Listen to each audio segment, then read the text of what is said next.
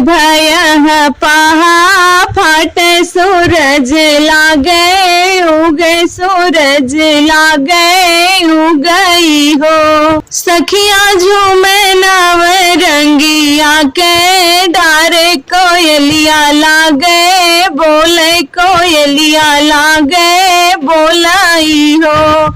सखिया झूमे नव रंगिया के डारे कोयलिया लागे बोले कोयलिया लागे बोले हो।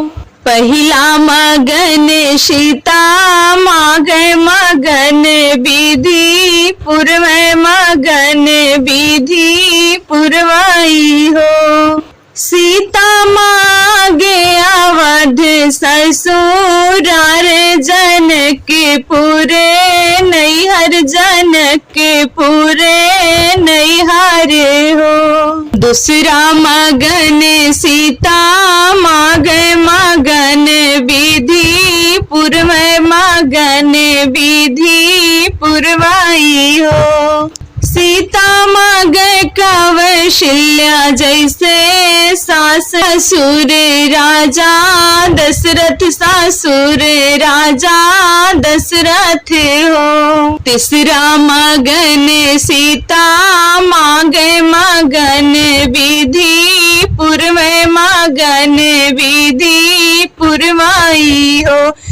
सीता माग लखन जैसे देवर देवरानी उरे मिला देवरानी उरे मिलानु हो।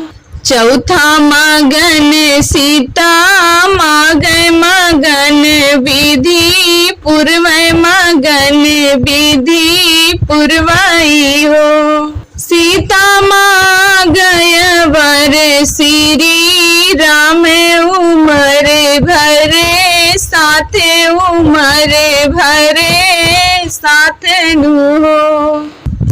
छिमा मगन सीता मागे मगन विधि पूर्व मगन विधि पूर्वाई हो।